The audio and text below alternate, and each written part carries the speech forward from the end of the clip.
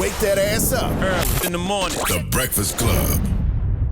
Morning, everybody. It's DJ NV, Jess Hilarious, Charlamagne the Guy. We are the Breakfast Club. Lauren LaRosa filling in for Jess.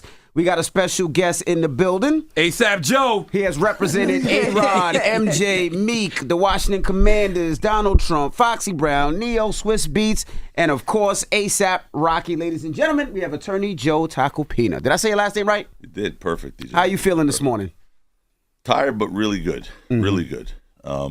Yeah, so it's there was a 5-week war, but I've never been happier. I mean, those two people, when I say those two people, Rocky, Rihanna, are just such great people. I've gotten to know them over 3 years really well. I babysat for one of the kids during her Super Bowl performance. Wow. They're just good people. They're really, for real, good people. You know, you just listed a bunch of people I've represented. Rocky stands out. Really? As a terrific guy, yeah, really. You know, it's interesting. People always, when we see these cases, they always wonder how the client is doing, right? Like, how is ASAP? But I would think it's just as more mentally and emotionally draining for you as an attorney. You hit it, man. I mean, because look, obviously they have the stress of the unknown, right? Yeah. What's going to happen when I'm on trial, and whether it's Rocky or some unknown client I represent, the day goes from 9 in the morning in court till about 4 a.m. You just work through, and it's when you have a 5-week trial, you're sleeping an average of 10 hours a week. Wow. But you have to. Wow. But it's fine because you go on adrenaline. It's all adrenaline based. Because I can't go to sleep thinking I'm leaving something out or missing one thing. And then when I go to sleep, I sleep with one eye open and a pad next to my bed.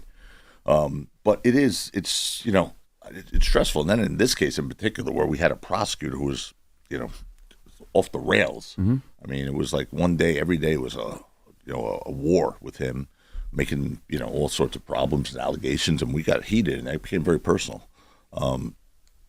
So it was a lot for me, but of course they suffer in a different way because one day Rihanna brought the babies to court, and people were thinking it was a ploy, like some sort of maneuver to get the jury to feel sympathy. The jury's not feeling sympathy; they know he has a wife and kids. It was more because it was the last day of the trial, and we were summing up, doing summations, and the judge said we were going to go right into jury deliberations after that. At least that was the plan. It didn't work out that way. She brought him to court because that could have been the last time he'd seen his kids for a decade or more. Wow. That day. Wow. I didn't even think about that. Yeah, that's why she brought them. And the prosecutor made a big deal of it in his summation, which I thought was a fatal mistake, quite frankly. But I do have to ask, two things that you did that we loved up here. One, we've seen criminal attorneys 1,001 times. I've had, Charlamagne had. But with you, it seemed like we were talking about, it seems like you were fighting for your life too. What gives you the passion? Because looking at you, it was like we all going to jail. Right. So what gave you the passion? Because like I said, we see other criminal attorneys, and for some you could tell when it's It's check. just a check, yeah. And in some we can tell like, no, this is your life. So what gives you the passion when you have these cases? I don't know any other way, whether it's Rocky. I mean, A-Rod, when I was representing, that's what he said to the New York Times. He goes, it treats you like family. But I honestly, it's not like I do it, for a tactic. It's just I don't know any other way. When someone entrusts you with their life, and it's like their life, okay, maybe not the death penalty, but their liberty for 20 years, 10 years, whatever.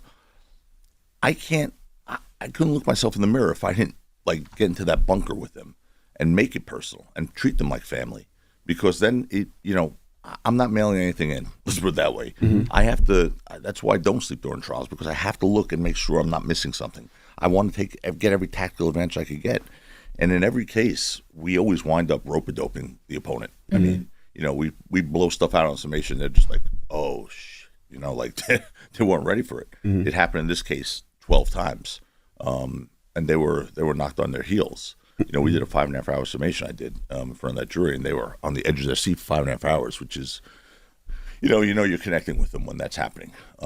So it becomes personal to me. Look, you just said something, DJ Envy, that was important, because when I get to the end of those summations, and, these have been put together over the course of my career. Johnny Cochran was a mentor to me. When after the OJ case, he came to New York, he opened up his firm here. He plucked me out of obscurity and basically took me under his wing for 3 years. And Johnny and I worked together, and, we crafted summations and stuff like that. And I still use some of our material. And I did it at the end of this case. But one thing I do is when I go to thank, let the jury know that's an honor for me to represent this individual. And I thanked the family. I turned around to look at Rocky, and then I saw Rihanna. I looked at her, and she's crying. Wow. She's a strong woman, Rihanna. I saw her crying. It hit me like a ton of bricks. I turned around, and, I couldn't speak for a second. And then my eyes welled up. And the jury's looking at me, and then two of them started crying. When I see jurors crying when I'm speaking to them during my summation, I feel pretty good. I think we're in good shape. You got it. We're in good shape.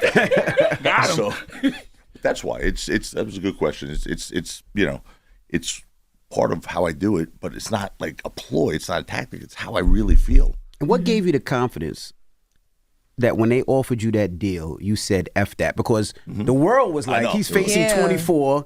He'd only have to do 6 months. Which is 3 months. And community service. And you're a black man in America. First thing I said, I was like, man, why take the deal? I was thinking take the deal. And I'm thinking it's LA. They're going to let him go in a day anyway because the jails are overpopulated. Yeah. So what gave you the confidence to be like, I mean, obviously you guys won, but you weren't scared and be like, well, maybe we should just take this deal. And whose idea was it?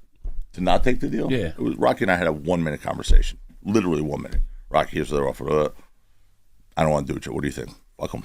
Let's go. Ooh, love that. Can I say that here? By the way? Yeah. So you didn't even think about it? We thought about it for a second. But it required him to plead guilty to something he didn't do. Right? It required him to say, I'm guilty of assault with a semi-automatic weapon. 7 years suspended sentence, right? Which means he's under their thumb for 7 years. 5 years probation. So if he crossed against the red, they could take him back. Yeah, it's 6 months, which means 3 months, but it was a career ender for him. It really was. He'll lose deals and stuff. Oh, Gucci was gone. I mean, I've been dealing with Gucci for 2 years on this. Gucci, Puma, all his shows, he couldn't travel out of the country with felony convictions. It was a life changer for him. And more importantly, he maintained his innocence from the minute I met him 3 years ago. Maintained his innocence. So it was really a quick decision. Yeah, people are like, God, this guy has onions for doing that kind of stuff, right? How do you do that? But I also felt very confident. I knew we were going to win this At case. what point so I know that there's like discovery, so you get to see like what the other side has, so that helps you like craft your defense and stuff like that. But at what point did you guys have everything? Like you knew everything up front, or were things added as things were going? Where like you ever got nervous, like They try to trick you. They throw it in. Oh, what about this? We forgot about this. Show you about we this. picked the jury. They came with a ballistics report that had been done 1.5 years ago, and they said, "Oh, we just found this now. We missed it." So I'm like, "Are you kidding me?" Right? And like that kind of those games happened throughout the trial. But whatever. I'm used to that kind of stuff, and it didn't phase us. I knew we had a defense. My defense was to eviscerate this AP Relli, this absolute pathological liar, and I eviscerated him in a way that I told this jury, I said, "You guys had a front row seat to history because you just witnessed the worst witness in the history of American jurisprudence." Jesus. He imploded. And by the way, I'm considered, top cross-examiner. Anyone could have done, you could have cross-examined him. I mean, really, it was that. The guy was his own worst enemy. Have you ever met a man that couldn't rat right? He couldn't even rat right. That guy couldn't rat right. He couldn't do anything right. I mean, he cursed in a courtroom with a judge, a jury. He cursed to the jury. He told the jury, "Yeah, I lied because I didn't want to answer this guy's question anymore. He's annoying me." He said, "You annoying." Yeah. I was like, "Oh, man. Sorry, I don't mean to annoy you. You just want your $30 million and you want to just leave. You don't want to answer questions." Like he's sued for $30 million over knuckle scrapes. This guy's a clown. And he's a liar. He's an admitted liar. He's an admitted perjurer. He lied at least to this jury 20 times and was caught committing perjury. I caught him in multiple. At one point during the summation, I said, "Oh, this next one's my favorite. This is a perjury miniseries because he lied." The Tubi series is crazy. It was like this series of lies about whether he shot a gun before November 6th, 2021, the day of the incident. And he said, "No, never." I go, "You sure never?" He goes, "Yeah, never." I go, "Well, what about a shooting range? How about in a shooting range? You sure?" He goes, "Absolutely not." I go, Exhibit "Absolutely A." not." Here's the video. He goes, I really gave him a shot. I go, "Absolutely not." He goes, "You heard me," like arrogant. "Absolutely not." I go, "Okay." Bink video. Him in a shooting range. Boom, boom, boom. 9mm shell casings popped. Was that on his Instagram? Y'all pulled it from? I got it from his phone. But I guess the prosecutor didn't want to go through his phone like we did. See, when I get discovery, there is nothing I won't look at. I'll Why look would at they everything. not go through their client's phone? He took a video of himself from 2021, I'm sorry. And I guess when he turned over the phone, we got the phone also, as we're entitled to. We did a dump. I mean, I brought it to an agency that, an IT company that does a dump. And I looked at every phone call, every message, and every picture and every video. And I saw these, I was like, whoop. I got the metadata. October 19, 2021. Okay, right before the incident, he's shooting a 9mm with shell casings popping back over his shoulder. Because don't forget, our theory was he placed those shell casings, planted them. And, he lied about it. And then he lied about the shell case. Then he lied about where it was. I said, well, where was that shooting range? He said, New Jersey, somewhere. Not in California, though. Just not in California. Mm-hmm. And the point of that was he supposedly traveled back to New York after October 19th, came back right before the November 6th incident for ComplexCon or something. And he was there, and apparently the point of the prosecutor was like, well, he couldn't fly back with shell casings in his bag. So even if he shot, in a shooting range in October, 2 weeks before the incident, he couldn't have flown with shell casings in a commercial plane. Right. We found out the shooting range was in Los Angeles, Jesus. 2 blocks from the courthouse. Wow. So I'm like, where was the shooting range? And he's like, I don't know, and not in Los Angeles, though, not in California. I'm like, really? Oh, my goodness. Over the weekend, we compared the video to, I went to every shooting range in Los Angeles, saw the same thing. I was like, got him. And then on Monday, I came back. He's like, oh, I checked my Instagram. Yeah, it was in Los Angeles. I forgot. I go, oh, you checked your Instagram, huh? Had nothing to do with the post that someone posted 1 minute before you called the district attorney's office to say, because someone had outed him after I went there and showed that it was the same shooting range in Los Angeles.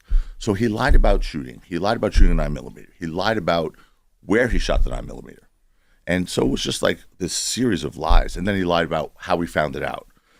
He pretended he went back to his phone just because he wanted to make sure he didn't say anything incorrect.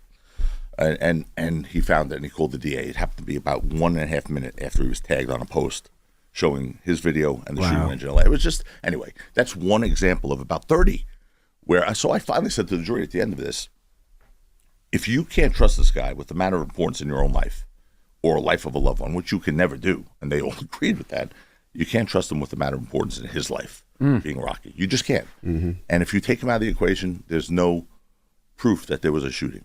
There is none. There could be, or it could be not.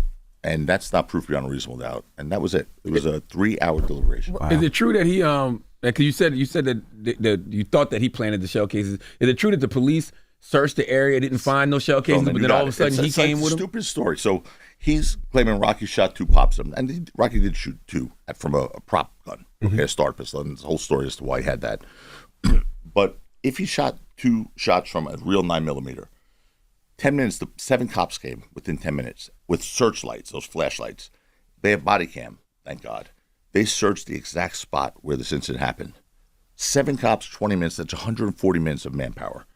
And they're looking, they find nothing, nothing. No evidence of a shooting, no broken, there's a parking lot right next to it. No cars that were dinged, nothing.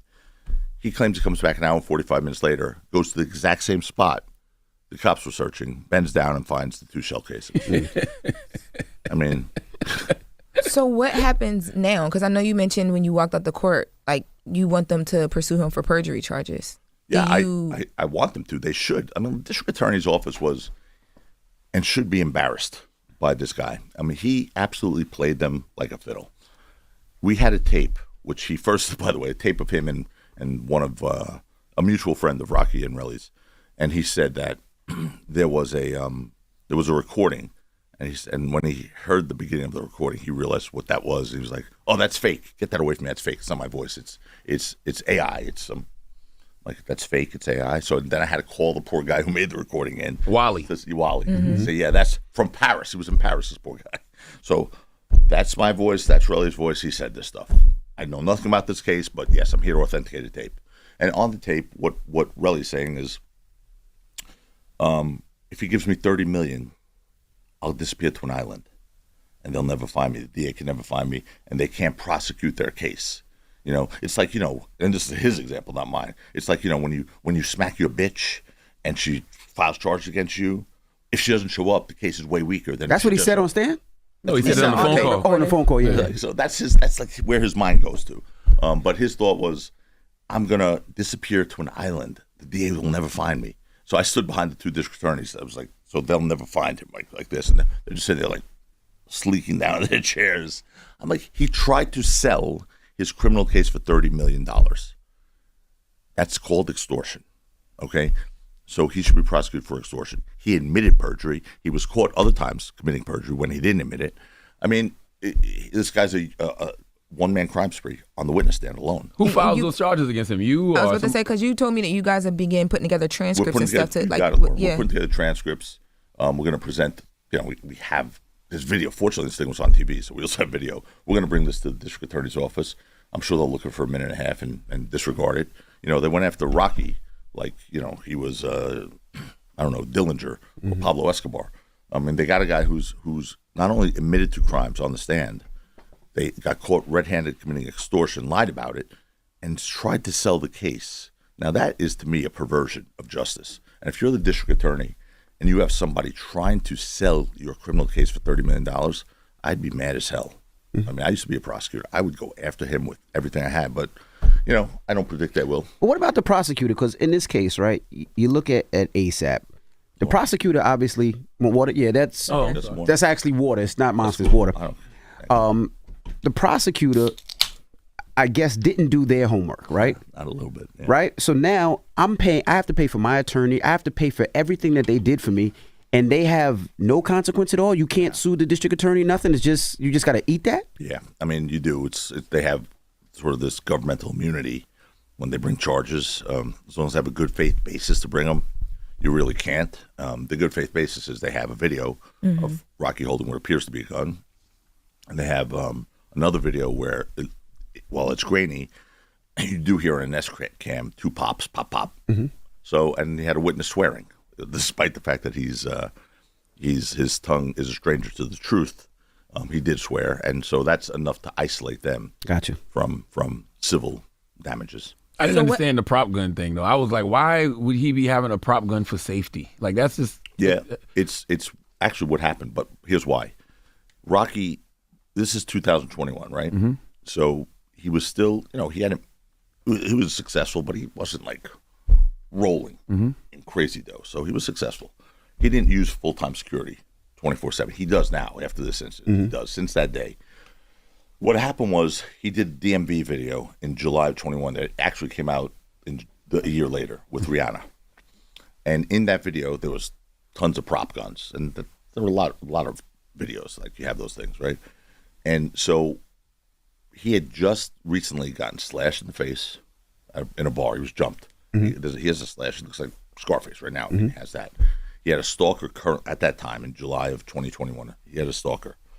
Active stalker actually broke to his house. He had home invasions. He was licensed to possess guns in the home, but not to carry. His security detail and his manager, Lou Levin, ASAP Lou, who was just a great guy and a great witness, said, you have to, if you're not going to use this full time, you can't carry a gun, but you should at least carry a prop. We can make it look like a real gun just to deter people in case someone's coming up to you, rolling up, and you can take it out. Rocky said, sure, fine. So they took this little Glock, which was really small. You could put it in your pocketbook. It was a Glock prop gun from the video. You can see it's in the video. They put an extended magazine on it, a little belt clip to make it look more intimidating. So that's what Rocky carried when he didn't have security. And we had 2 witnesses testify to that, and his inner circle knew that. So he used it because he couldn't carry a real gun, first of all. Number 2, he didn't want to carry a real gun because, God forbid, he has to use it. Yeah. Then you got to really answer some stuff. But so that's why he carried it. I know people are like, that sounds like BS, prop gun. But what sounds like more BS is that he had a real gun, fired off 2 9mm shots. No shell casings were found by the police. No damage was done anywhere. In one of the shots in that grainy video, his friend ASAP Bills and this Relli were an inch away from, like you and I, Charlamagne, aren't even as close as they were. And he shoots. Someone's dying. Someone's dying. No one got hit. I mean, it was obvious that was not a real gun. Otherwise, you would have seen things that you would have seen. As a matter of fact, the cops on the body cam said, doesn't look like there's any evidence of a shooting here. It was inches away from where the computers are, where the screens are. There was a parking lot with cars. It was a paid-for parking lot. You shoot a gun, a window's going to break. Something's going to happen. There was nothing. They searched every car. So I think while I get why the prop gun thing is hard for some people to grasp, there's certainly way less evidence that it was a real gun than a prop gun. And that's the bottom line. What about this civil suit that Wally filed whenever? I mean, not Wally. I'm sorry, that Relli filed when everything first started moving. It was it's a defamation suit against Rocky. No, it's an assault suit against Rocky, defamation suit against me. you. Yes, sued me. so there's two of them. So, are you now going to submit to like file for dismissal? The tall ones. Look, I'm that case is running its course. I'm dealing with it on my own with Rocky. Rocky has the assault case. I mean, that thing is on life support now, obviously. I can't imagine this guy ever want to get back on a witness stand again. He can't withstand it. I mean, he was again a horrible witness. Even there were people inside that courtroom, who were there, who were part of this process, who said, "How do they proceed with this guy? How can they proceed?" It makes no sense. Yeah, and they did. But we had a prosecutor who was hell bent on winning, not doing justice, hell bent on winning. And when you have that, it's a dangerous thing, because they have the weight of law enforcement behind them, and the prosecutor's job, and I used to be one, is not solely to just secure a conviction. It's to make sure you're doing right. And when a witness continually lies on a witness stand and perjures himself, and that they are, sometimes it's okay to take a step back and reevaluate. So in your opinion, it's because he's a celebrity that prosecutor probably thought this was his case. This was the one that's going to put him on the map. Look, this prosecutor has quite a history. Let's put it that way. He was the Durst prosecutor. Okay. So he was then sidelined and benched for some misconduct that apparently he had committed regarding the Durst case. I don't need to get into it now. But, it was his coming back party. This was his first big trial since Durst, after the old DA put him to some administrative part, right? So he took this over. This was his chance to come back. High profile case on TV. He wanted to, this was his comeback party. And, he got schooled. He got got put back in his little corner. Because he was nasty. I got to be honest with you. I don't like saying that. I've 120 jury trials I've had, and I've gone head to head with opponents, with adversaries who have been hard charged like me. I can respect that. We don't have to like each other, but we can respect each other and not make it personal. This guy was off the rails. But then I spoke to other lawyers like David Chesnoff, who was a great lawyer from Las Vegas, who tried the Durst case. He said he almost went to blows with him, which we came close a few times too. Guy got right in my face. That Brooklyn almost came out, you, huh? The Brooklyn was out. It doesn't ever go away. But when this guy got into my face, I looked at him, I said, "You're going to get hurt. You're making a mistake. You need to back up, man, real quick." And whatever. It was just. Did you have that coat before or after the case? No, he been getting No, money. I had this before. It's freezing outside. Dude. Okay. I could barely wear this. You should have asked about the watch. I was about to say- watch before. That's what you should have asked. You was on he has a Michael huge Jackson's collection. case too? Yeah, in Santa Barbara. Wow. Yeah. How was that? That was crazy too. That was really crazy. Mesro was the lead lawyer in that case, but I was younger. But it was, it was a nutty case, and that was another sort of travesty of justice. I mean, whatever issues Michael had, that was not the right case to bring against him. He was innocent. He was found not guilty. I worked with his manager, Frank Cassio, and then when I resolved Frank's case, they asked me to stay on and work with Michael, and I did. And that case was, it was sad because, and he was already under the influence of Dr. Murray at that point, and it was. You could see there was something missing. I want to know what you learned from these cases, right? Because to me, I always say it's got to be extremely difficult to be in this game nowadays with social media. Because don't they tell jurors, hey, you're not supposed to watch television. You're not supposed to turn on the No radio. way. But How do they not? How do you not be on YouTube? How do you not be on your phone? How do you not see all of these things? You don't have to be on YouTube. I mean, I opened my phone and there was the thing of our case, right there. It's on social media. It comes at you. You don't have to go look for it. It comes at you. So I don't really know how that works anymore. You have to trust that the jurors are going to listen to the court's instructions, which are do not read about this case. If you see something, don't look at it, go past it. But human beings are human beings, right? I mean, the more you tell them that, the more they're going to be like, what's out there? I want to look at it. Right? So I don't believe that they are completely insulated from all the press and stuff like that.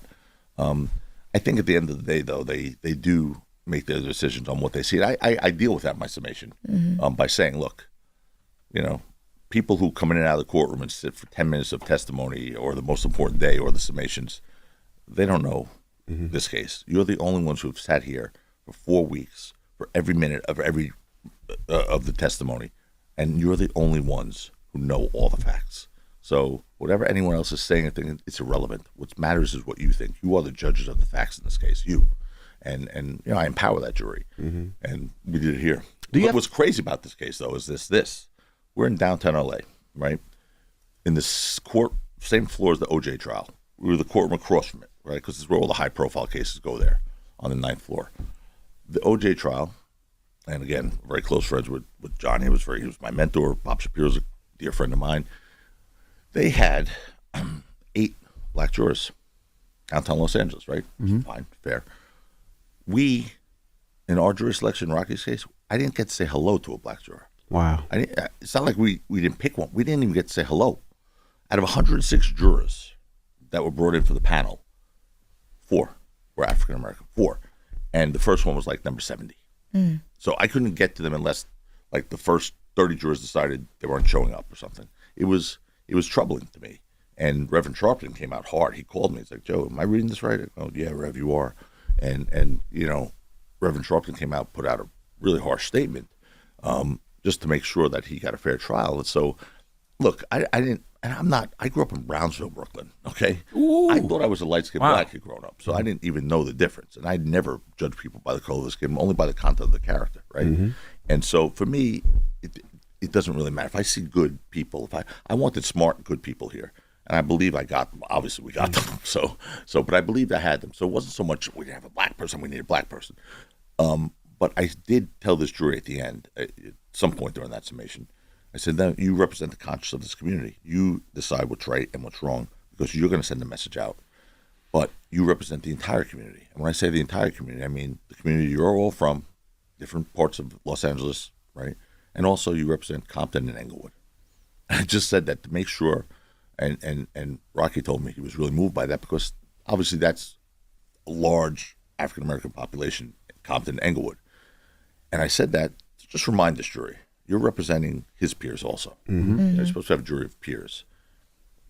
There was, like, none representing, but we were good. We were good because I just got jurors who, I had a rocket scientist on this jury. You understand what I'm saying? I didn't even know that was a real thing. I thought you say, "Oh, you know, I'm like, you're no rocket scientist." I thought it was just a phrase. This woman was a rocket scientist. She was a scientist who built rockets, spaceships. I said, "You're really a rocket scientist?" I was like, "I want you." So we had a rocket scientist on the jury. We had a smart jury. You had a gun. There was someone who worked in weapons. Yeah, right? we had a woman who was a pistol instructor. We thought that you weren't gonna want her on that case. A lot of people thought Everyone that. thought that. I love that. I love when people think they know more than I do. The Twitter jury, we were breaking it down and we were like, "There's no way that he's gonna want her on that case," but it's telling if he does or he doesn't. I want her. And when you welcomed her, I was like, "Oh, he's so smart." Yep, I wanted her because the ballistics evidence actually worked in our favor in this case. 1, 2, her dad was a criminal defense attorney. Oh, okay, I didn't know that I fact. also thought she would understand. And then she said one other thing during jury selection. I talked about now. Rocky's intention was always to testify, always. But we decided we had crippled their case so badly at the end that I didn't want to shift the focus of Relli's glorious train wreck to Rocky's testimony. And we decided it wasn't worth him to testify because he already had the witnesses. He was just going to corroborate or reaffirm what witnesses already testified to. And then that prosecutor would be yelling at him for 4 days. That makes sense. I put on a witness for 10 minutes and he cross-examined for 3.5 hours screaming at him, which didn't go over well, I don't think, with the jury. But putting that aside, I didn't want to get away from Relli's testimony. I didn't want there to be too much time between the summations and his testimony. So we didn't call Rocky, but we planned on it. But still, I asked the jurors, I said, "Do any of you have a problem if the defendant doesn't testify? Because, the judge's going to instruct you can't consider that." And that juror, the pistol instructor, whose father was a criminal defense attorney, looked at me and said, "I wouldn't testify if I were a criminal defendant. There's no way I would testify." And I just remember that, thinking, okay, she gets it. She understands. Right. She understands why that's important. Because most people say, "No, why wouldn't he testify? If I were innocent, I want to testify." It's not that simple. It's just not that simple. Does celebrity help or hurt? And it's kind of a little layered question, but I ask the celebrity help or hurt in cases like this because I know when you're a juror, they'll ask you questions about Rocky, but did they ask the jurors about Rihanna as A well? lot of they did. They They went in. with Rihanna. It was ridiculous. Okay. Sorry. That might get stolen now. We got a microphone here. That might get stolen. He'll sue you and prosecute you. All right, go ahead. ASAP Joe got people out here. Don't even play with them. That's right. They were obsessed with. I loved it. I mean, they were just so obsessed with Rihanna. I didn't make her part of this case. She wasn't part of the case. the jury knows who Rihanna is. They know who she is compared, in relation to Rocky. They saw her there every day. So I didn't need to inject her into the case to make it like we were playing on her celebrity status. Quite frankly, I don't think jurors were going to acquit him because, here's Rihanna. So let's be damned with the evidence. Let's just acquit him. But they were so obsessed with focusing on Rihanna. Oh, Rihanna, they don't, you have to treat everyone equally. It's just because Rihanna's here. I was like, keep going, man. Just keep going. Keep reminding them that Rihanna's here and talk about her. Because if I did that, it would look like I was pandering. I don't think that mattered at all. I honestly don't. I mean, I think they looked at the evidence. I mean, look, if Relli turned out to be a great witness and I couldn't destroy him like I did, I don't think the jury would care that Rihanna was sitting there. The first couple days though of it, she wasn't there, but then she came that Wednesday. Right. I believe it was that Wednesday, right? Yeah. Why wasn't she there those first couple days? Because the kids were in New York with her because the LA fires were still going. Oh, okay. And they're very protective. I mean, she's a mother hen. She's really protective of those boys.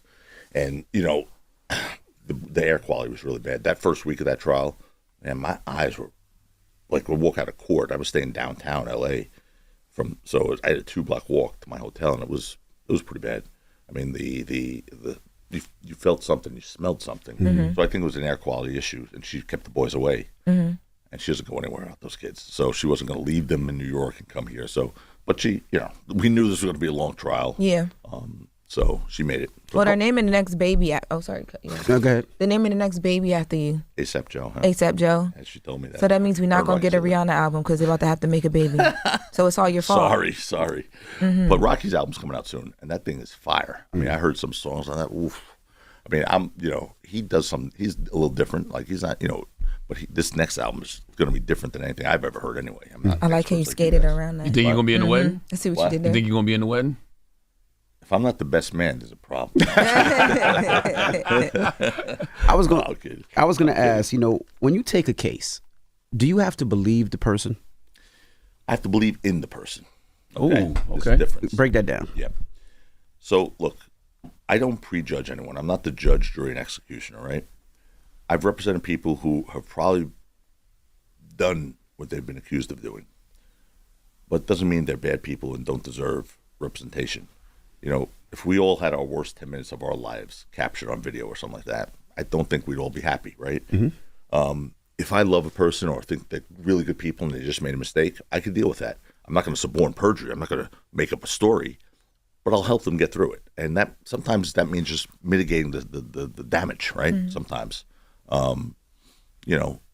with Meek's case, for example, right? Meek, committed a crime. He pled guilty to it, but this judge in Philly was obsessed with him and had him under probation for over 10 years. No one ever.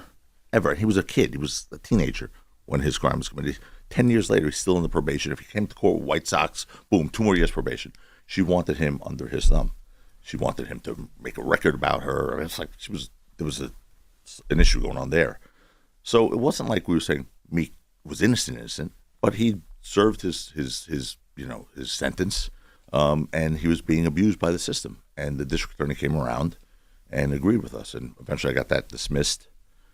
We resolved the case, and that judge was relocated to a civil part.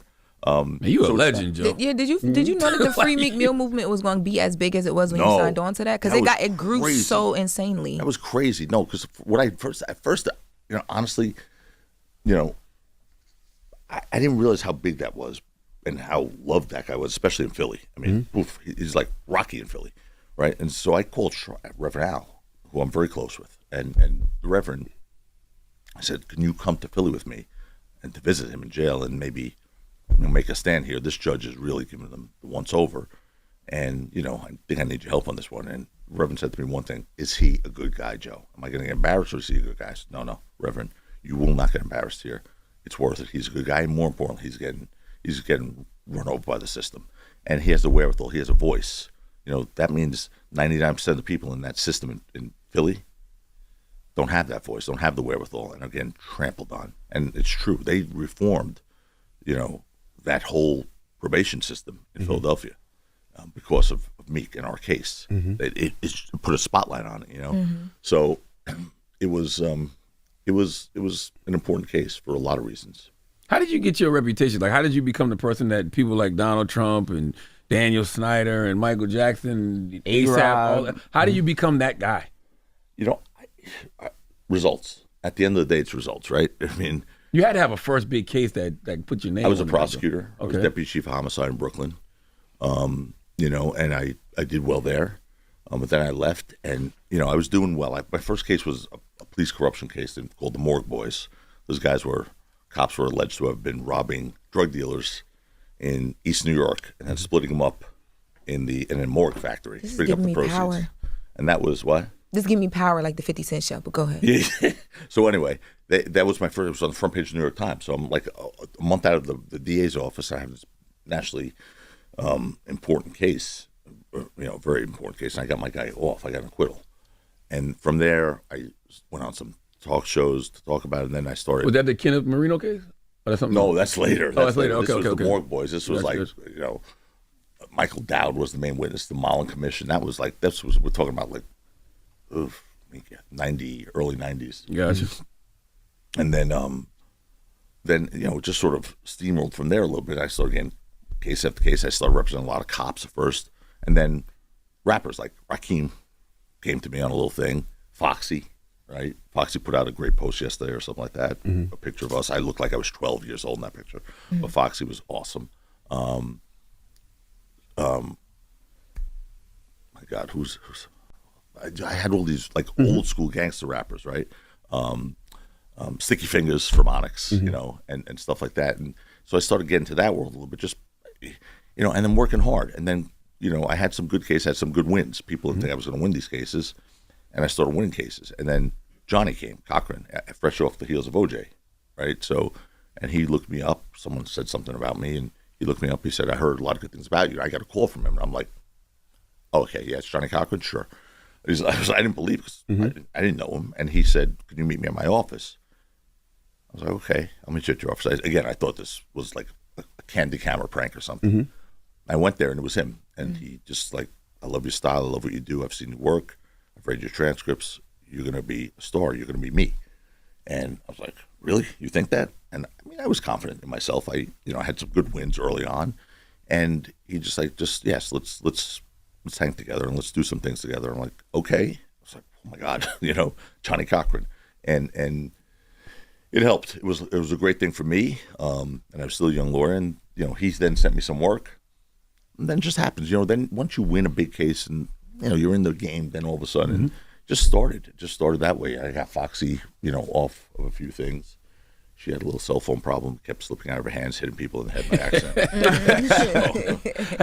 Do you ever fear any retaliation? Because you know they described you as the most hated lawyer in New York City because you take on a lot of controversial cases. You know, Charlemagne, I love that they described it. It was one anonymous prosecutor's ass I kicked, and I know the case. That was a quote to the New York Post. Of course, the New York Post then makes that the most hated lawyer in New York. No, one person said that. I'm sure a lot of people hate me. No, I don't give a crap if a lot of people hate me. I know I can look myself in the mirror. I'm a hard charger. I don't look to make friends when I go into a courtroom. I look to defend the person I'm standing next to. And if it means I ruffle a few feathers, so be it. I really don't care.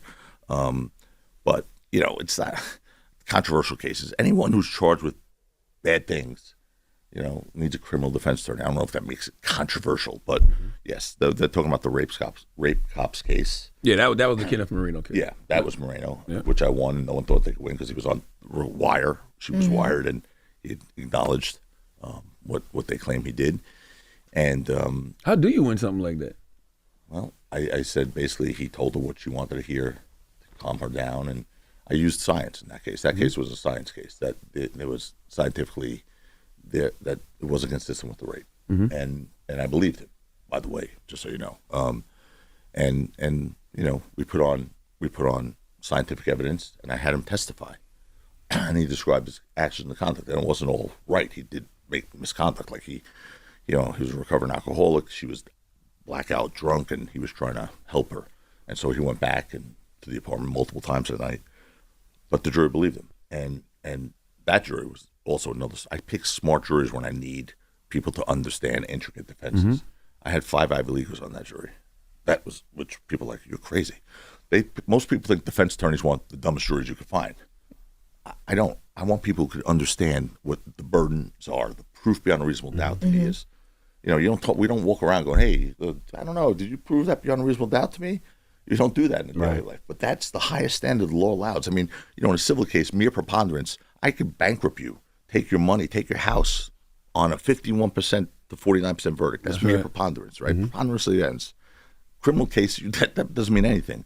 I could take your child away on clear and convincing evidence, right? That's the standard, higher than preponderance. A parent could lose custody of a child on clear and convincing evidence. That is not enough to convict someone in this country. You have to go to the highest standard the law permits, which is proof beyond a reasonable doubt. And when I sort of make sure the jury understands how high that is, it's not he probably committed the crime. It's not I think he committed the crime. It's not it's very likely he committed the crime. It's not I'm almost certain he committed the crime. It's I have no reason to doubt he committed the crime. That's a real high standard, and I have to make sure the jury understands that. And then I list the reasons to doubt. So, you know, it's I take on these cases that I believe in. I've turned down a lot of cases that could be lucrative or even very high profile. Harvey Weinstein was one. He'd try to hire me, and I wouldn't. Why not Weinstein? I told you that thing about having a bond with somebody, feeling like, you know, people have been charged with some horrific things, but I could tell there was good inside of them, or I just had a good connection with them. You didn't feel that with him? No, did not feel that with him. No, did not feel that with him. Let me ask you a question. Hold on, real quick, because that's interesting. With the you represented Donald Trump in the Stormy Daniels case. Was there ever even a chance of you winning that? And the reason I asked that is because not in Manhattan. It was politicized. You know what I mean? It was politicized. It was all over the media. Everybody knew it was a target on Trump. Like, they wanted to nail it. No doubt. That was not a case that would have been brought for anyone, and I mean that. Whatever your opinions are of Trump, I'm talking about the defendant. That case would never have been brought if it were not him. It was a case of first impression. And think about it. It was a settlement of a personal matter, right? An alleged, affair, consensual, nothing like, but she was basically trying to get money from him to keep it quiet. He paid her. Whether it happened or didn't happen is irrelevant. He paid her some money. End of story. He didn't take a tax deduction on it. He didn't file it in his campaign thing. I mean, he paid with personal money. Somehow they try to make that into a false filing in his own records. So because he put, payment legal fees or whatever in his internal records, the district attorney charged him. I never understood how that was a charge. It's not. It wasn't. And I don't think it would have held up in court. But, all the things that happened have happened. I actually didn't try that. I stepped out from representing him after that. I beat the rape charge for Jean Carroll. That's the one I was involved in. Oh, okay. He was charged with rape allegation, and we won that. He was then clipped with sexual misconduct, sexual and defamation of her. But and look, here's the bottom line: he cannot win a New York jury trial. He just can never do it. It's just never happening. So that's a different thing. That was a different thing altogether. And, is there like a ethics thing for your attorneys where because I'm just sitting here thinking you representing Trump, people right now love everything about what you're doing because of ASAP, right? But I'm sure during you representing Trump, they probably thought you were they hated you. Exactly. Some, and then the others love me. When I represented Lilo Brancato, right, the Sopranos actor, he killed the police officer. Yeah, allegedly.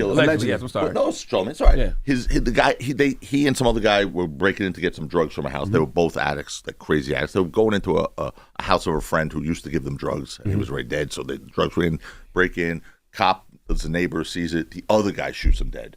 Lilo doesn't have a gun. He doesn't know the guy has a gun.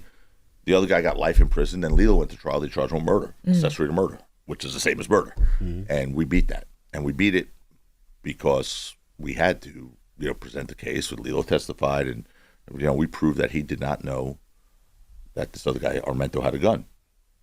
Now, I just told you I represent all these cops in different cases, major cases, the Lehman case, all these cases. That day, the cops hated you. Pat Lynch was in the hole. We almost had a fist fight. I'm a chameleon, I guess. I'm representing who I represent at that particular moment. When I represented Trump, a lot of people hate me for that. when I represent someone like Rocky or Meek, other people hate me for that. Right? And I don't care. I don't lose sleep. I have mirrors. As long as I can look in the mirror and I do the right thing and I don't mess around, like and as long as I'm comfortable, like with the Trump thing, I thought the case I got involved in, I thought BS. I really did. There were certain cases I wouldn't get involved in. When you take a step back, right, and I'm sure people have asked you 1,000,001 times, and you look at, for example, this Diddy case. Yeah. Would you do a lot of things different than his attorneys actually doing? Because it seems like they're already losing, and it doesn't make sense. What would you do different? Well, I wouldn't go out in the press and make pronouncements that are later disproved quickly, because you tend to lose credibility. I mean, there's this whole thing, like this stupid baby oil thing, right? Who cares, first of all, how many bottles of baby lotion he had in his damn house, right? But that became like this battle line. And they went out and said, he just bought him in bulk at Costco, right down the block from his house, and that's why he has it. So no big deal. He bought baby lotion. First of all, it's 1,000 bottles. No one buys 1,000 bottles of baby lotion in bulk. But that was what he said. Of course, then Costco then comes out with a statement. No, we've never sold baby lotion in our life. Jesus. We don't. Not one Costco store ever sold baby lotion. So, boom. Now it looks like somebody's lying, right? You don't need that kind of stuff. Or the Cassie video too. And they came out strong before the video dropped. Right. Yeah, that was before he was charged, though. Yeah. Now look, here's the thing with the Cassie video. That's horrible. It's cringeworthy, right? You don't do that. You don't put your hand on a woman. I don't care what the story is. I wouldn't anyway. Not how I grew up. Right. But that's not. What does that have to do with these non-consensual? What are they called? Freak-off things. Freak-off, yeah. What did that video have to do with that, though? Right? And I would say, well, and that's the one count of the trafficking. She's the one person in the trafficking count. Like, what does that video have to do? Okay, maybe she should be charged with domestic violence in state court. But what does that have to do with a non-consensual freak-off where people are being alleged to have non-consensual, sex because they're drugged up and they're being gang raped or whatever? I don't see why that video was so. Of course, that video has been played and showed, and people think like, "Oh, he's guilty," but he's guilty of what? Like assault of a woman who was his girlfriend. That doesn't make him guilty of everything else. Now, I don't know enough about the case. I was asked to take a look at the case. As another case, I said I would not be interested. Really? I just wouldn't be. No. Same reason. Connection is. It's different a little bit. I represent Rock Nation. A lot of people in Rock. I'm very close with Jay and Desiree Perez, who's most amazing. Like, love him. Bomb of a boss. Jay, love him. Amazing. Jay Brown. All those people are just like, they really are special people, and they, that's sort of family to me. And I don't think they're sort of see eye to eye on things. See eye to eye with. Last question on that. P. Diddy. Do you think he should have got a bail? Say that again, please. I don't think they see eye to eye with P. Diddy. I just want to throw that out there. No, because said it. remember everybody was saying that they were best they were friends? like Jay, when Jay said they weren't friends, everybody was like, they were in pictures together all the time. Okay, everyone was in a picture with P. Diddy at one time or another. I went to a party, but when things got real years and years ago, they didn't see eye to eye. They didn't. Do you think he should have got a bail, and do you think he didn't get a bail? Yes, because he should have got a bail. That I do. Break that down, because I said the same thing. People thought I was crazy. No. What? I mean, he was willing. First of all, it was another mistake I thought they made, saying, "Oh, he'll have a ankle bracelet and stay in his mansion in Miami, and monitor who comes in and out." The case in New York, staying at a resort in Miami with a pool is not exactly really something I would offer up to a court. What I would have said. Remember that guy DKS, the French guy who was charged here with the rape of a maid in a hotel? I forget his name. Dominic Strauss-Kahn. His bail, he got bail. And the reason he got bail was he said, I'll rent a place here in New York. I will stay inside. I'll pay for security, and I'll have a brace on. That's a concession. I think maybe if they had done that from the beginning, that may have been something that happened. Look, there's a presumption of innocence that we still have to not, people have forgotten that in this country a lot. He is innocent right now. P. Diddy is innocent. Whatever you think of him, whatever you think the evidence will be, no one's seen a minute of testimony yet. He's presumed innocent until and unless the prosecution proves that case beyond a reasonable doubt. They may do it one day, but not today. And to keep someone in jail for a year awaiting trial, they have to either be a flight risk or a danger to the community or or they've done something so horrific like a murder, right? Where bail is not necessarily common. This is a case of having parties that got out of hand, and there's allegations of sexual misconduct. Okay, I just don't see how you as an attorney can do, like, when the court of public opinion has already convicted somebody, which it seems like they have with Diddy. That's got to make your job so difficult in the court of law. Like, how do you? I don't know, because every juror turns on the news. It's all over the news. It's all on social media. And even with the video you mentioned, I feel like even though he's not convicted of anything in relation to that video, but the picture that it paints, I don't see how an attorney wins after that, because you have to be smart. Look, in the rape cops case, for instance, I'll tell you an example of Rocky also. In the rape cops case, these guys before trial were called rape cops. Rape cops. We're picking a jury they called the rape cops case. Not alleged rape cops case, rape cops. I fronted with the jury. I said, you guys understand that they've been called rape cops for years. Before you heard a minute of testimony, they've been deemed to have committed a crime. You guys should take offense to that, because we as a society don't want to be judged by the press and deemed guilty before we've had a chance to have a due process, a hearing. We then start failing as a society if we do that. Look, a great example, modern day example, not so much modern anymore, but still relatively recent, is that Richard Jewell guy. Remember that guy from the Atlanta Olympics? They made a movie, great, one of the best movies ever, called Jewell. Was that he was the heavy security guard, the bomber. They said the Olympic bomber in the Atlanta Olympics. They said he was the guy, he was the big fat guy who planted a bomb in the Atlanta Olympics that went off, and they FBI was all over him. He was, he was a sort of a hapless guy. The guy was a security guard, and they say he planted this bomb, and he was condemned, and the world had convicted him. As a matter of fact, there was that Ted Kaczynski, the Montana bomb, the Unabomber. So they called this guy, to make fun of him, the Uniblubber. And it was basically they condemned him, and there wasn't a lawyer who would touch his case, and he didn't have any money. And some lawyer who worked in social work services basically said, "Well, let me see. I don't think I can help you." But he started looking at it, and all of a sudden, little by little, things didn't add up, and the FBI was playing some games, and it turned out this guy was stone cold innocent, and he was actually a hero. He was actually trying to move the bag that blew up, and people saw him next to it, and they thought he was the guy who planted it. And he was exonerated. He was totally 100% exonerated, but his life was over. Like, he had a year of being called a murderer, a bomber, a terrorist, making fun of him, calling him the Uniblubber, and because the truth is never as loud as the lie, right? Yeah, and then what happens? He died of a heart attack like 6 months later. Like his heart was broken, his life was over, and it was really sad. They have a great movie called Jewell. It's called Jewell, and if you ever want to see how our system could really screw up a life, watch that movie. Do you feel like, as a community, we don't do enough as far as jury duty is concerned? Yes. Like, you talk about 170 people and it was 5. And I talked about this on the air. A lot of times it's effed up because we don't want to go to court. We don't want to spend that time. But then when we do something wrong or when we're on trial, we don't have our peers. Yeah. That's what some people told me. They were like, I'm like, how could this be? I really thought it was a plant. Like, I was like, they're setting this up. This is a setup. There's no way in downtown LA. They were thinking about moving the OJ trial to Santa Monica to get it out of downtown LA, so there wouldn't be so many blacks, right?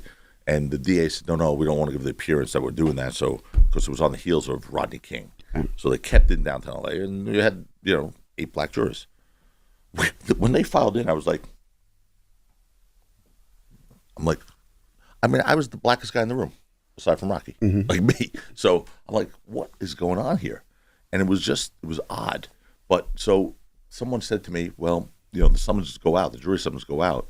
We can't force people to respond and show up, So I'd say to the community, you gotta show up to represent, because then the day we need, and we being this community, the day that's needed to be represented, so you have a jury of your peers. If you don't show up, you're failing each other, and I think that's important. That's a great point, DJ. I have one more Diddy question and then another ASAP question. All right. So for Diddy, would you have advised him if you were his attorney when Cassie first reached out to just pay the money? Listen to me. That was honestly, and I hate bad talking to other attorneys, because attorneys who do that, and believe me, there were so many jealous people of me that I've heard people say, "Oh, he's not a good trial lawyer. He's not a good this," and all I do is win. And then this last case was on national TV, so people could see me cross-examine, see my 5-hour summation, were like, "Holy cow!" But there are haters out there, and people who just say negative things to make themselves feel better because they don't have good self-worth, right? Anyone who talks negatively about other people publicly, anyway, it's just because they feel bad about themselves. I truly believe that. That being said, I don't like the bad mouth of the lawyers, but I'm just going to talk facts here. That strategy, that was a legal train wreck. What happened with Diddy? Because this all could have been avoided. He had that case with Cassie, right? And it was all about a civil case. Civil. There was no prosecutors involved. There was no FBI, nothing. They wanted a settlement, and Diddy's lawyer said, no. They were closed, no, but no. And they said, well, we're going to file a lawsuit if you don't give us a settlement. And we're like, go ahead then. Bad move. Especially knowing a tape exists and all that. Like, that's insane. Cassie. I think they underestimated her voice, like what she was going to do and how people would consider more than that. They instantly underestimated how people are going to respond. Look at this day and age now. This day and age, the cancel culture, right? My God, people get accused of anything. Gone. You're gone. Like, that's it. You don't even get a chance to defend yourself. Just the accusation is enough to cripple somebody and destroy a career, right? So that happens. He went from being on top of the hill, there were whispers always about him, whatever, but he went from being on top of the hill to boom, like the pariah. No one wanted to even pretend they knew him. And look what happened. They filed that lawsuit. And what do you get? You get red ink, end of the world headlines, right? Diddy rapist, blah, blah, blah, all this crazy stuff. And what do? The worst. Once you let that happen, you now have to fight. You have to fight that suit. You have to. But instead, the day after they filed it, they settled. And so what that was an admission, and then it opened up the floodgates. You notice what happened right after that, right? That's right. Woof! Everyone who ever met him, me too, I want the money too. He did that to me, and there was 20, 30, 40. Then the FBI was like, wait, what? All these women? So some of them were going to law enforcement, some were going to civil attorneys. But it was an avalanche that came around him. And the only reason it happened is because they didn't settle that case civilly. Because if that Cassie case was settled and went away, no one would have heard anything. Nothing. There were no other people coming after Diddy until that thing was filed. Right. But if you're going to settle, you settle before they filed the lawsuit. That's what you're settling for, to prevent that public damage, right? But you don't let them file it and then settle a day later. That's the worst of all worlds, because then it's an admission and then bam. And you can't give him the benefit of the doubt because, he lied to us about Cassie and the video comes out. So now it's just like everything else you hear, you like, I don't know what's true and what's not true. And none of that would have happened if he settled, which is crazy. If he had to do it all over again, he'd give her $100 million, whatever, because what's his life worth? Because now, I want to ask you something too. I only got a couple more questions. You worked on the Michael Jackson case. Is it true that Johnny Cochran told Michael Jackson once, "Don't settle if you don't settle with anybody, because when you settle, you become a piggy bank"? Yep. Wow. Yes. Yeah. Do you feel that way for all cases? Not for all cases. I think each case is different, right? Look, what Michael was different. If Michael settled the case, somehow it was out there in the press, right? That was Michael. Right? There's only one Michael Jackson, right?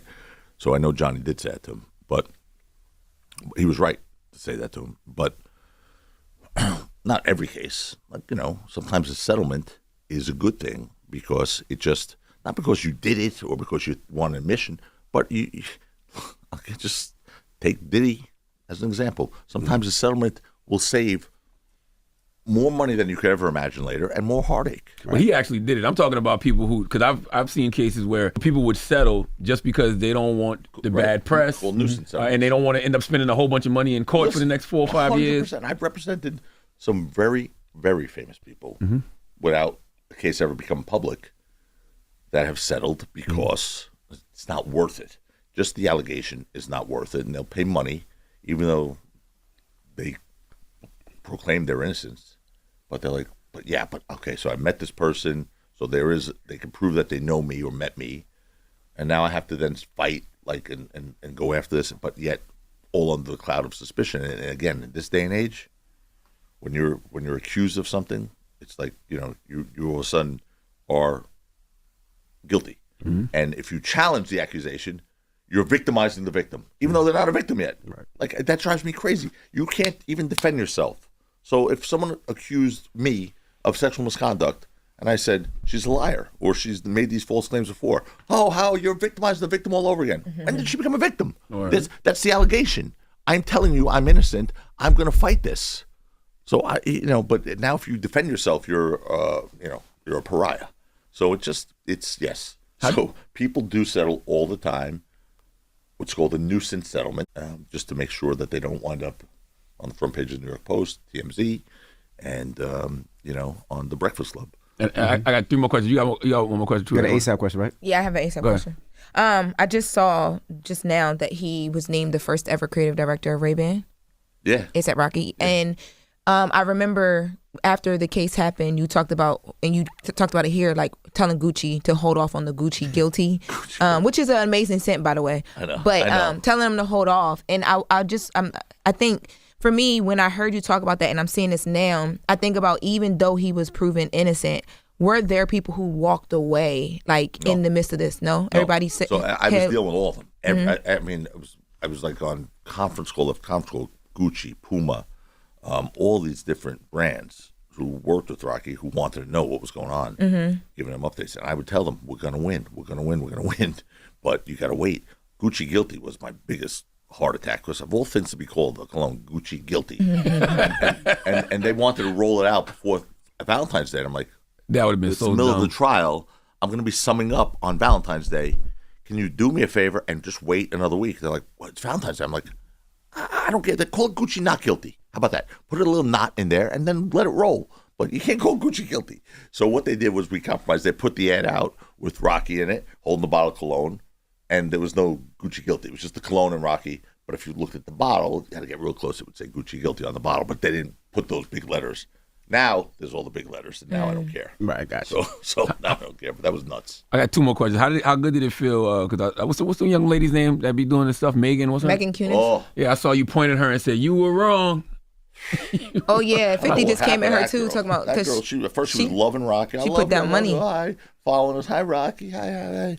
And then one day, I mean, she sent me some messages that were pretty against the prosecution, very for Rocky. And one day, whoop, I don't know what happened, but whoop, the defense is lying. He's going to be found guilty. Who would believe him? I'm like, I think it was the prop gun thing. Nah, it was the prop gun thing. The prop gun thing was in the beginning. So it wasn't the prop. First of all, if you're a journalist, be a journalist. If you're going to pretend to be a journalist and you're really not a journalist, then do what you want, say what you want. No journalist says the defense is lying. They report the facts. It's for other people to determine, right?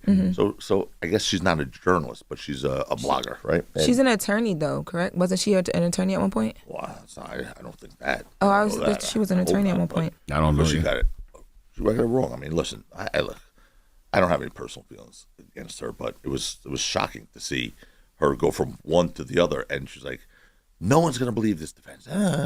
Well, guess what? And we had a 3-hour. We had a 4-week trial. We got a verdict in 3 hours. I knew at that point we won. There's no doubt. Look, it's not 100% because you never know what a jury could do, but for 12 people to convict beyond a reasonable doubt on that evidence, it was going to take a long time to get everyone around. What we found out I spoke to 3 jurors personally. Rolling Stone spoke to one, and someone else spoke to one. The one juror that was on video was basically our worst juror, or the one who was against us. Or the one that was saying that she believed it was. Yeah, she believed. She believed. But when they went to the jury room, 10 people voted immediately within 1 minute to acquit. Wow. Okay? It's reasonable doubt. Look, can anyone say it's definitely a prop gun? Of course not. Can anyone say it's definitely a real gun? Of course not. So that's reasonable doubt, and that's not guilty. Punto. That's it. But, she then came out. She's walking to the court, and a 3-hour verdict, when you get a 3-hour verdict, it's a defense verdict 99% of the time, especially in a 4-week trial, right? Because you can't come to the conclusion that he's guilty. You have to go really comb through the evidence. They asked for one exhibit in their notes, the defense video. That's it. Defense video, 5 minutes later, we have a verdict. It didn't take a rocket science to figure out where this was going, right? So she's walking to court, like doing a selfie video, like, oh, if anyone thinks this is not guilty, they're crazy, huh? Of course this is guilty. They didn't believe the prop kind of, and it's going to be a guilty verdict. Clearly, a quick video like this is death for the defense. Like, okay, well, what she's talking about, but I guess we're going to see. And of course, not guilty, not guilty. And I just looked at her, I said, you were wrong, you know, and so. Whatever. By the way, I can't find any evidence that she was an attorney. I tried to look it up. Yeah, I think it was she worked for Law and Crime. One of my favorite movies, Devil's Advocate. Keanu Reeves, you know, Al Pacino, and you know, in that movie, Keanu Reeves plays the character named Kevin, and he's representing somebody, but in the midst of representing him, he realizes, oh shit, this motherfucker's guilty. Remember, the dude, it was a child molestation case. The dude dick got hard while he was while the young girl was on the stand testifying. Have you ever been in a situation like that, like in the midst of it, you like, wait a minute, I think this motherfucker actually did it. Yeah. I mean, yeah. It wasn't this case. Okay. Look, I've tried 120 jury trials, and so, and again, a chunk of those was the prosecutor. But there's been times where, you know, I believed in innocence, and then I saw some evidence halfway through. I was like, But you know, at that point, you're just fighting, and all you can do at that point is, if they don't want to take a plea, you can just challenge the evidence, which is constitutionally what you have to do, right? Someone could be guilty, but also be entitled to a not guilty verdict. And that sounds weird to people.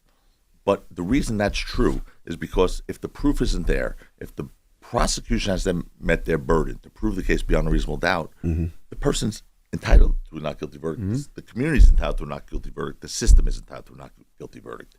We're not a perfect system, but what you definitely don't want is we start cutting corners for people we know are guilty. Because that's Richard Jewell. That's what starts happening. Oh, they're guilty. So constitutional safeguards. We could cheat a little bit here and there.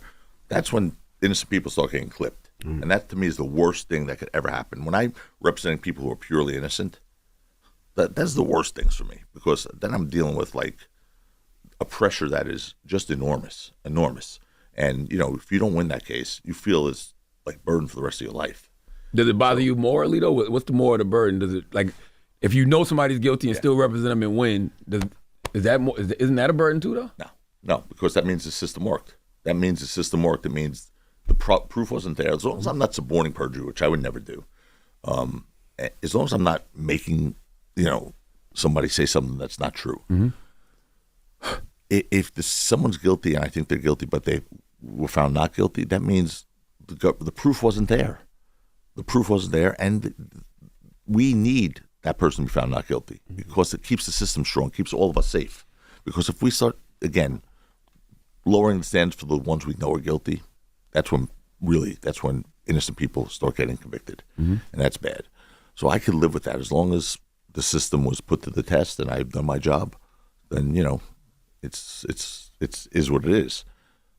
The worst thing is if you represent someone who's truly, truly innocent, they're truly innocent, and they're being either framed, set up, or just for whatever reason there's an agenda. And that's the stuff that you lose sleep over, because God forbid they're convicted. I mean, just like, how do you deal with that? How do you carry that with you for the rest of your life? So fortunately, I've not had that happen. I've represented a lot of innocent, truly innocent people. They've all been vindicated, thank God. Because if I had that happen, that would be something that would be very tough to go on with. Absolutely. Well, what do you do next? Because do you take a break, or do you jump right back into a case? I'm gonna have to go to my office after this. I'm afraid to see what I'm going to find on my desk. I mean, I haven't been there for 5 weeks. Especially now. Yeah. You don't take a break. You missed Valentine's Joe Day. gotta take a work. vacation. Chill, No, that's the life of a trial lawyer. I mean, look, will I take any downtime? Maybe a few days here or there. But there's a judge dying to get me on trial in Westchester County, waiting for this case to be over. So, so I know that's going to happen soon. Trial in Arizona coming up. So it's whatever. It is what it is. Yeah. I try and take care of myself, keep myself in good shape, work out a lot, eat well, and that gives me a little extra energy to go forward. You need a documentary or something, man. Absolutely. Seriously, with all of the different cases you represented. Psychiatrist. Hey, Joe, good to meet you. Pray We I never need appreciate you, man. Yeah, absolutely. Yes, sir. Well, we definitely gonna keep your number, because if we see any cases that we don't understand, we might need to call to break some things down for us. He know I'm gonna call him. How serious. many times I called you before I got you on the phone? That's right. Well, it's ASAP Joe, Joe Tacopina. It's the Breakfast Club. Good morning. Wake that ass up. Early in the morning. The Breakfast Club.